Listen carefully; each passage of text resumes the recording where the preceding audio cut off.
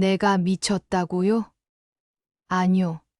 진짜 미친 건 내 며느리 수진이에요. 그날 아침 평소처럼 마당에서 빨래를 걷고 있었어요. 햇살은 부드럽고 바람은 따뜻했고 하늘은 너무도 맑았죠. 그저 평범한 하루의 시작이었어요. 하지만 그렇게 조용한 날일수록 불행은 더 조용히 다가오더군요. 현관문이 쾅 소리를 내며 열렸고 낯선 남자와 함께 수진이가 들어섰어요. 아들 준호의 아내, 내 며느리 수진이. 겉으론 얌전하고 싹싹했지만 속을 알 수 없는 아이였어요. 그런데 그날 그녀의 눈빛은 더는 연기를 할 필요 없다는 듯 차가웠어요. 어머님, 이분 정신과 의사세요. 잠깐 상담 좀 받아주세요. 귀를 의심했어요. 정신과? 내가 왜 정신과를 만나야 하니? 목소리가 떨렸어요. 어이가 없었고 당황스러웠죠. 수진이는 여전히 태연했어요. 며칠 전 냉장고 문 열고 핸드폰 찾으셨잖아요. 밥솥에 휴지를 넣은 것도요. 제사상에 젓가락 놓은 것도 이상했고요. 어머님 요즘 많이 헷갈리시잖아요. 그 말을 듣는 순간 심장이 덜컥 내려앉았어요. 그런 사소한 실수들을 전부 기억하고 있었다니. 그동안 날 그렇게 유심히 관찰해왔다는 뜻이잖아요. 이건 우연이 아니라 계획이었어요. 아주 오래전부터 짜인 판. 옆에 서 있던 내 아들 준호는 아무 말도 하지 않았어요. 내 눈을 피하며 고개를 숙이고만 있었죠. 그 아이는 어릴 적부터 내 전부였어요. 혼자서 학교 보내고 도시락 싸고 밤늦게까지 뒷바라지하며 키웠는데 그 아이가 지금은 저 여자 말 한마디에 말없이 서 있기만 하더군요. 그게 더 서러웠어요. 정신과 의사는 나에게 몇 가지 질문을 했어요. 지금이 몇 월입니까? 대통령은 누구죠? 오늘은 무슨 요일인가요? 또박또박 대답했죠. 틀린 건 하나도 없었어요. 하지만 그 사람은 고개를 끄덕이며 수진이를 바라보더니 이렇게 말했어요. 간헐적인 인지 저하가 보입니다. 정확한 진단을 위해 입원이 필요하겠습니다. 그 말을 듣는 순간 피가 거꾸로 솟는 느낌이 들었어요. 정상이라고 아무리 외쳐도 이미 결론은 내려져 있었던 거예요. 내가 장도 보고 약도 챙겨 먹고 전화도 하고 밥도 하고 다 멀쩡하게 해. 이 나이에 실수 한두 번 했다고 미친 사람 취급이야? 이건 아니지. 나는 필사적으로 항의했지만 그들의 얼굴엔 감정이 없었어요. 준호는 고개만 더 숙였고 수진이는 아주 조용한 목소리로 말했죠. 어머님이 치료받으시면 우리도 편해져요. 어머님을 위한 결정이에요. 며칠 뒤 나는 결국 병원에 입원하게 됐어요. 가족 동의서에 준호가 서명했다더군요. 그 한 줄의 사인이 날 이 하얀 감옥으로 밀어 넣었어요. 병실은 조용했고 냄새는 싸늘했어요. 소독약 냄새가 코를 찔렀고 작은 창문 너머로 보이는 풍경조차 회색이었어요. 침대에 누워 있으려니 마치 내가 무기력한 존재가 된 것 같았어요. 식사는 정해진 시간에만 나왔고 간병인의 말투는 유치원 선생님 같았어요. 할머님, 이건 숟가락으로 드셔야 해요.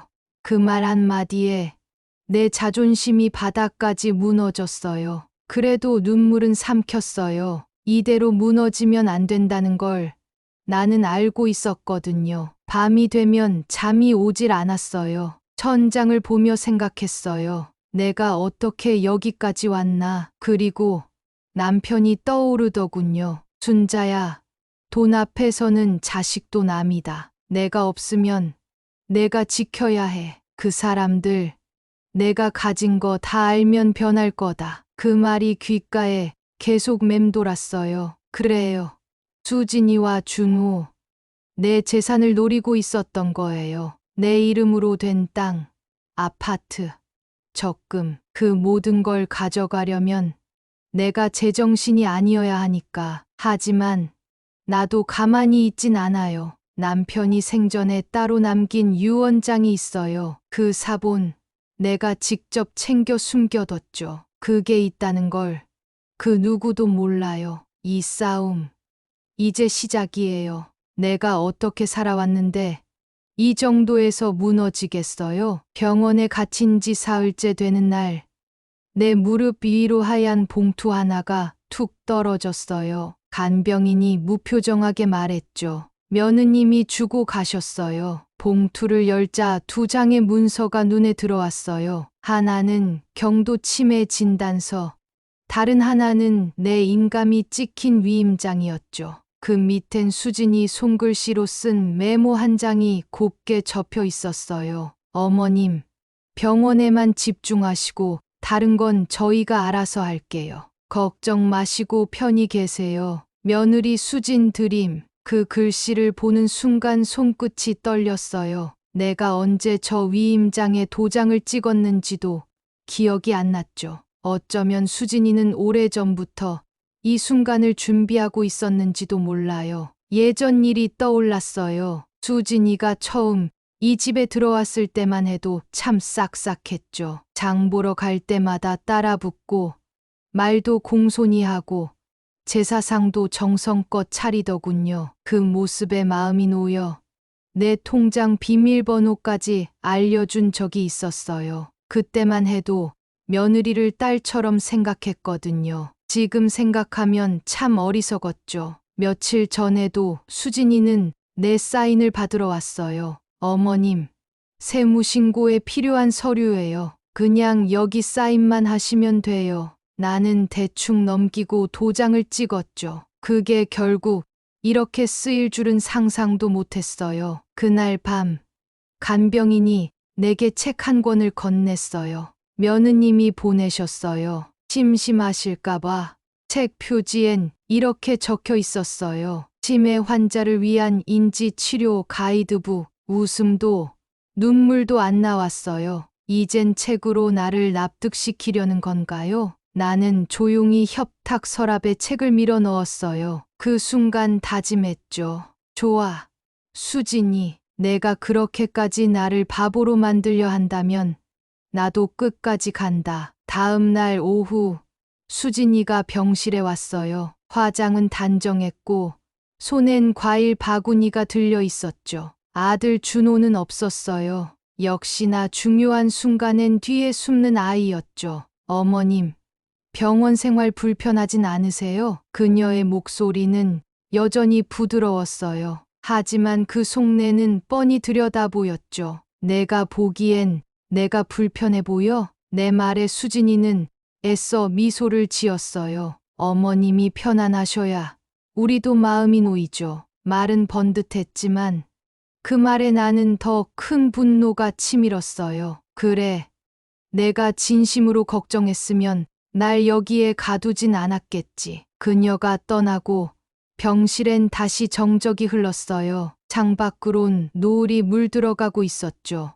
나는 창가에 앉아 오래전 남편의 유언을 떠올렸어요. 순자야, 내 재산은 내가 지켜야 한다. 돈 앞에선 피부치도 남이다. 그때는 너무 비관적인 말이라 생각했어요. 하지만 지금은 알겠어요. 남편은 이미 이런 상황을 예견하고 있었던 거예요. 그 순간 머릿속에 하나의 이름이 떠올랐어요. 강미정 변호사. 남편 생전에 유언장을 맡겼고 내가 신뢰하던 유일한 사람이죠. 유언장 사본은 그가 보관 중이에요. 나는 간병인이 잠깐 자리를 비운 틈을 타 조심스럽게 병실 밖으로 나왔어요. 로비 쪽에 공중전화가 있다는 걸 알고 있었거든요. 계단을 하나씩 내려갈 때마다 무릎이 시큰거렸지만 이를 악물었어요. 이 싸움, 내가 먼저 움직이지 않으면 끝이란 걸 알았으니까요. 공중전화 앞에 서서 수화기를 들고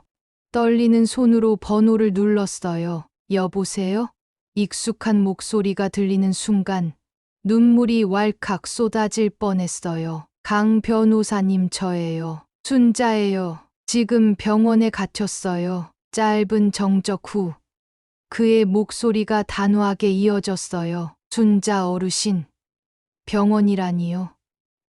대체 무슨 일이에요? 나는 수진이의 계략, 진단서, 위임장까지 빠짐없이 설명했어요. 강 변호사는 잠시 숨을 고르고는 말했죠. 유 원장 사본은 제가 잘 보관하고 있어요. 지금부터는 제가 도와드리겠습니다. 그 말에 힘이 났어요. 적막한 병실 속 드디어 내 편이 생겼다는 사실에 심장이 다시 뛰기 시작했죠. 강미정 변호사와의 통화를 마치고 병실로 돌아왔을 때 심장이 오랜만에 크게 뛰고 있었어요. 그동안 병원 침대 위에서 무기력하게 하루하루를 견뎌왔지만 이젠 나도 싸울 수 있다는 자신감이 생긴 거죠. 몸은 여전히 피곤했지만 머릿속은 맑았고 마음은 단단해졌어요. 그날 밤 불도 켜지 않은 채 한참을 천장을 바라보다가 오랜만에 편하게 눈을 감을 수 있었어요. 다음 날 아침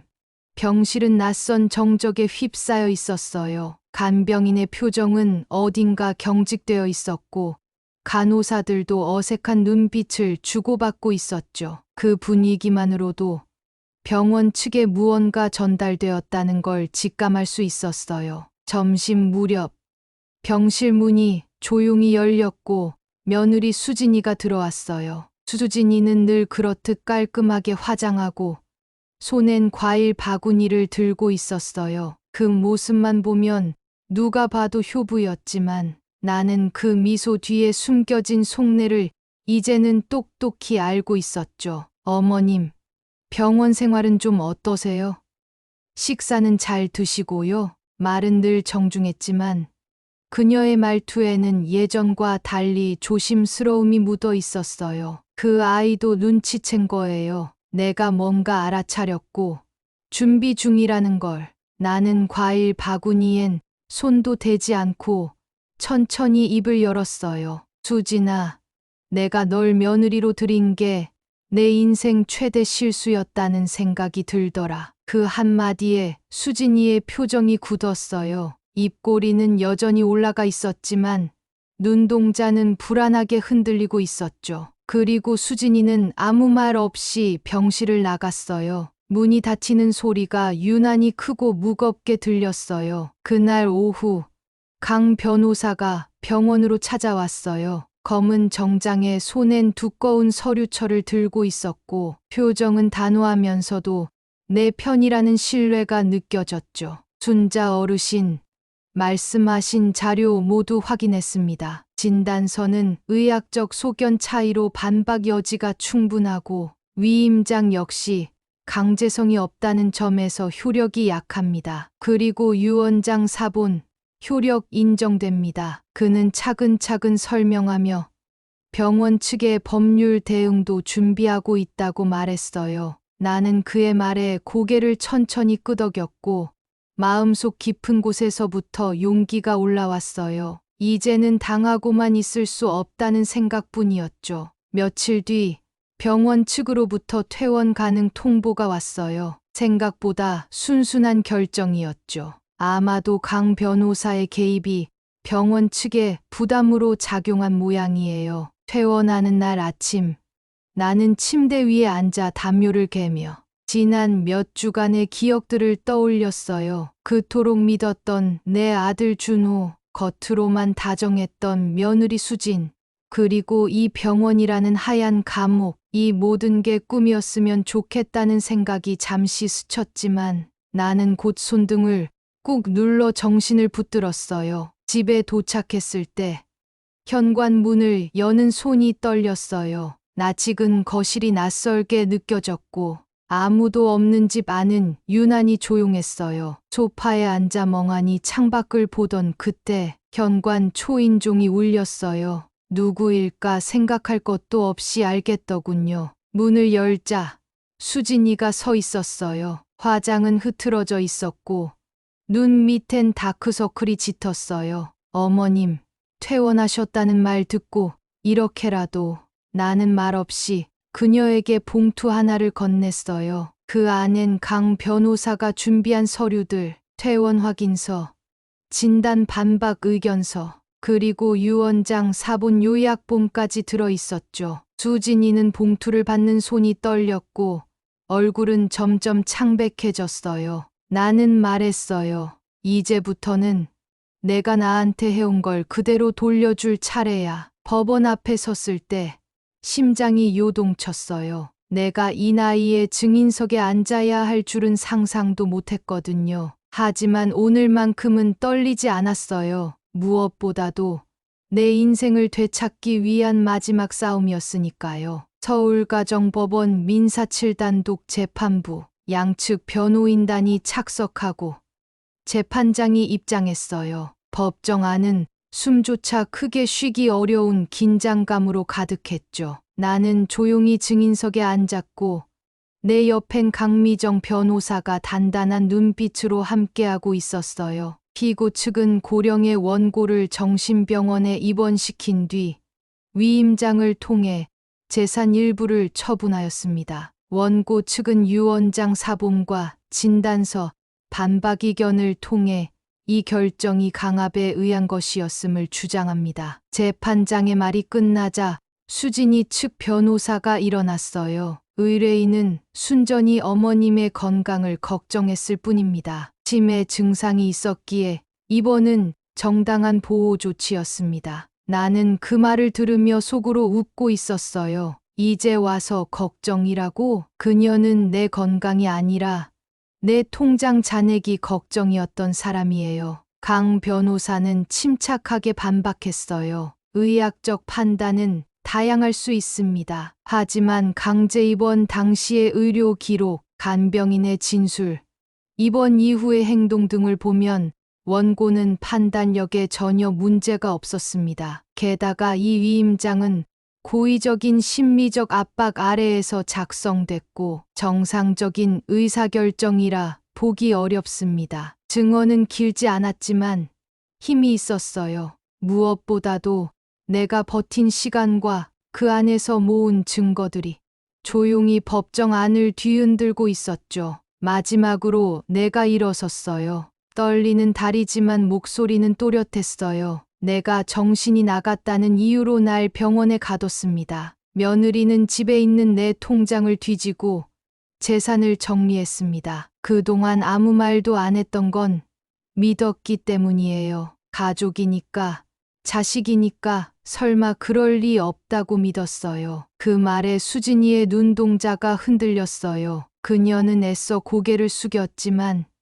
이미 모든 시선이 그녀를 향하고 있었어요. 재판부는 조용히 판결문을 낭독했어요. 본 재판부는 원고가 입원 당시 명백히 정신적 판단 능력을 유지하고 있었다고 판단하며 피고가 행사한 위임은 무효로 간주합니다. 이에 따라 부동산과 금융 관련 모든 이전은 원상 회복하며 향후 유사행위 발생 시 민형사상 책임을 묻습니다. 그 말을 듣는 순간 눈물이 핑 돌았어요. 분노도 슬픔도 아닌 겨우 내 자신을 지켜냈다는 감정이 밀려왔죠. 법정 밖으로 나가던 순간 수진이 조용히 다가왔어요. 눈가엔 눈물이 맺혀 있었고 말없이 내 앞에 섰죠. 어머님 죄송합니다. 정말 그런 뜻은 아니었어요. 그냥 너무 힘들어서 제가 순간 욕심을. 나는 그녀를 잠시 바라보다가 입을 열었어요. 넌 나를 정신병자로 만들었어. 그게 순간의 실수였다고? 수진아, 실수는 칼을 들이대지 않아. 그건 계획이지. 그녀는 아무 말도 하지 못한 채 고개를 떨궜어요. 며칠 뒤 나는 조용히 남편이 남긴 유언장을 다시 꺼냈어요. 그는 내게 말했죠. 돈은 자식에게 남기는 게 아니라 인생을 함께한 사람에게 남겨야 한다. 나는 유언장을 다시 작성했어요. 남편과 함께 읽어낸 재산의 절반은 사회복지재단에 기부하고 나머지는 연락은 뜸하지만 날 한 번도 속이지 않은 딸 혜진이에게 넘기기로 했어요. 마지막 정리를 끝낸 후 나는 오래된 거실에 혼자 앉아 있었어요. 창밖엔 햇살이 부드럽게 스며들고 있었죠. 이제야 알겠어요. 돈보다 무서운 건 욕심이고 욕심보다 강한 건 끝까지 포기하지 않는 마음이라는 걸요. 모든 싸움의 끝은 승패보다 스스로를 잃지 않는 데 있습니다. 지금까지 인생담소였습니다. 구독과 좋아요, 그리고 댓글로 여러분의 이야기를 들려주세요. 긴 여정 함께해 주셔서 감사합니다.